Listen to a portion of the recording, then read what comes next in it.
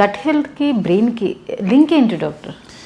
So ఇప్పుడు మనకి gut health అంటే మన బ్యాక్టీరియా ఏం చేస్తుందంటే మనం అనుకుంటాము ఓన్లీ బ్రెయిన్ లేకపోతే హార్ట్ ఇట్లాంటివే మన బాడీలో ఇంపార్టెంట్ ఆర్గన్ అనుకుంటాం.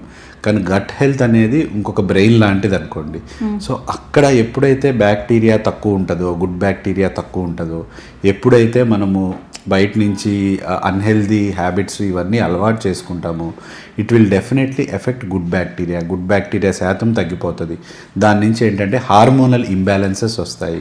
సో హార్మోనల్ ఇంబ్యాలెన్స్ వచ్చి it will gut brain axis అని ఉంటుంది అనమాట. సో ఎప్పుడైనా గట్లో ప్రాబ్లం వచ్చినప్పుడు మీ మూడ్ స్వింగ్స్ అన్నీ చేంజ్ అయిపోతాయి. సో మనం స్థిమితంగా ఉండలేము, ఎందుకంటే హార్మోన్స్. సో ఆ బ్యాక్టీరియా అనేవి హార్మోన్స్ని కూడా ఎఫెక్ట్ చేస్తాయి. సో ఆ హార్మోన్స్ వెళ్ళి ఇండైరెక్ట్గా బ్రెయిన్ మీద యాక్ట్ చేసి సో మనకి ఇట్లా మూడ్ స్వింగ్స్, చిరాకు ఇట్లాంటివన్నీ ఎఫెక్ట్ చేస్తూ ఉన్నాయన్నమాట. బాబోయ్, ఇంత చైన్ ఉందా? Gut health, hormones, brain. అంటే నాకు మూడ్ బాగాలేదో, నాకు మూడ్ స్వింగ్స్ ఉన్నాయని చెప్పుకుంటుంది.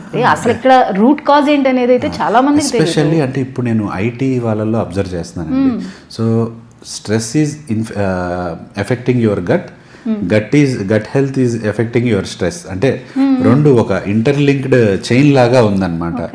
మీకు మూడు బాగాలేదానికి కారణం మీ గట్ అవ్వచ్చు, మీరు స్ట్రెస్ ఎక్కువ అవడం వల్ల మళ్ళీ మీ గట్ ఎఫెక్ట్ అవ్వచ్చు. సో ఇదేంటంటే ఇంటర్లింక్డ్ ఒక చైన్ లాగా, ఒక సైకిల్ లాగా ఉంటుంది అనమాట. సో డెఫినెట్లీ ఆ స్ట్రెస్ ఏదైతే ఉందో, ఆ స్ట్రెస్ లెవెల్స్ ఏదైతే ఉందో తగ్గించుకుంటే అవి చాలా వరకు గట్ సమస్యల్ని తగ్గిస్తాయండి.